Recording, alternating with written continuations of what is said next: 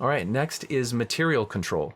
The group dictates the material choices of the members. Food or drink may be strictly regulated. Clothing, hairstyle, makeup, or physical possessions may be either forbidden or prescribed by the group. This one I'm not entirely sure about just because I feel like so much of the group is around like personal choice. Hmm. So if they put too much pressure on this, then I think it would violate sort of their own what they were going for. Yeah.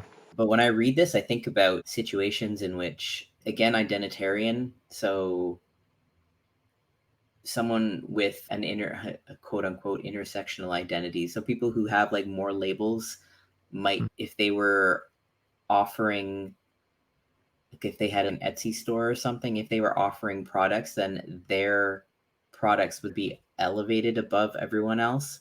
This isn't, I don't think this happened very often, but, and I can't even think of any personal like anecdotes from being in the trans community. I can think of more from being in social justice, especially Hmm. when a lot of the Black Lives Matters thing was going on. There were a Yeah. lot of people that were uplifting Black businesses, for example. It's not necessarily a bad thing, but on the flip side, then there was also sort of people who would make you feel guilty for not choosing something that was like a Black owned business, for example. And I'm sure the same thing happens with trans stuff, especially if people are, if there are people out there that are like selling merch that has like the trans flag on it or something, then people feel like it's more, it's a better choice to buy from someone who actually identifies as trans rather than someone who's almost making money off of trans. If we look at kind of the categories that they talk about, there's no rules about what food that you can or cannot eat or drink. No.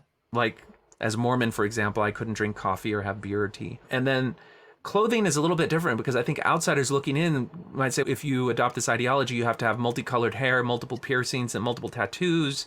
And that's just an expectation of it. But how do you see that when you're in the group itself? Is that the case? I don't think it's necessarily you have to. I think a lot of people choose to, and like I dyed my hair fun colors for quite a few years in there.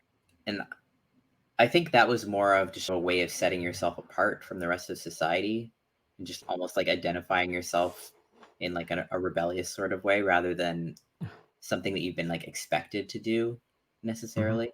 Yeah. And it's funny because it at one point simultaneously may identify you as rebellious, but also identify you as safe and in group to Mhm. other people who see that as a way to identify people who probably think very similar about a lot of these issues for them. And I think that's a normal social phenomenon that people have just to have external markers that help them to make relatively good gestalt judgments about who they will be more likely to find things in common with. But it sounds like that's something that evolves spontaneously, is not really handed down by edict from any group influencers or anything like that. Now, another thing that comes part of this is material control can also refer to drugs. So in Scientology, for example, they demonize the psychiatry profession and demonize any medication that is intended to be mood altering or depression or anxiety treating. Any of those psychological medications are forbidden. And so it seems like the group has something to say about drugs and surgery.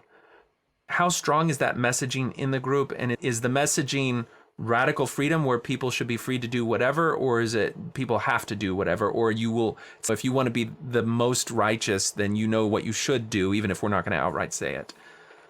Yeah. I was going to say it's a little bit of both, but it's actually that last bit is where people who have been on hormones and have gone through surgeries, there is almost a like they won't say it, but there is a hierarchy.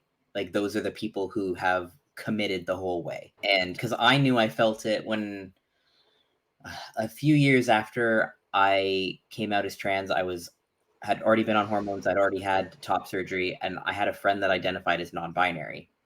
And this was like really early.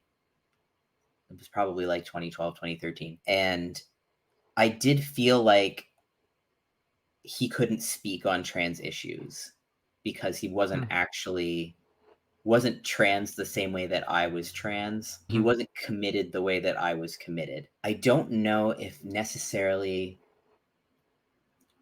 in the places that I was, I feel like there was very frequently this idea there's no one way to be trans, which Yeah. would suggest that you can just identify as trans and you don't have to go on hormones and you don't have to go on surgeries.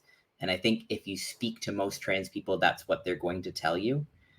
But I haven't experienced this myself, but I have heard that there are places on the internet where mostly males gather, so older trans women, and prey on younger trans women who like literally send them estrogen and like Mm. really highly encourage them going on estrogen. So it is happening. And I think that portion of it is happening more with males than it is with females. But I also do think that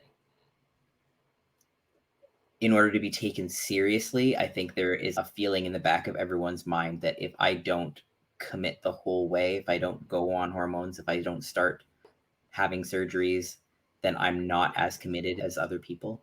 I do think that's where it goes. So they'll say one thing, but there is a way that is there's a path that is a correct path. It is the path that people are expect you to take. And if you don't take it, they're just, what are you doing?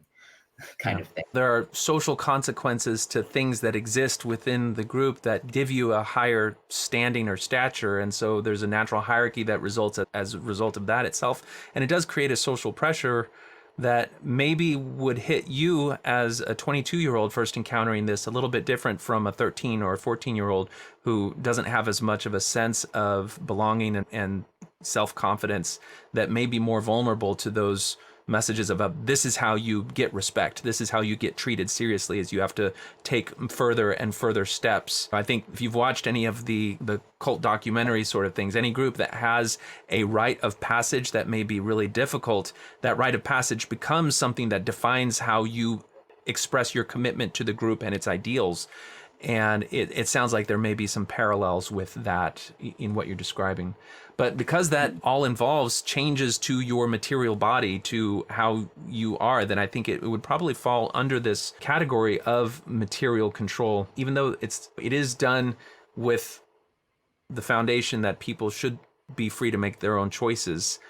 But I think just the fact that there are detransitioners who can describe some very hurtful or harmful things that have been done for them as they changed their trajectory within the group is a betrayal of this idea. If you define your gender and sexuality as fluid, then there should be no stigma with detransition. It should simply be, okay, that's just your story. But that's clearly not the case as we're hearing more people come out. Okay, so material control, how do you rate it? Maybe moderate. Okay. It's a little bit of both, but I do think that there really is that, and a rite of passage is a good way to put it, is that transition is medical transition is the rite of passage. Even social transition is the rite of passage. It's the first step to it. Hmm. But yeah. All right, we'll put it at moderate.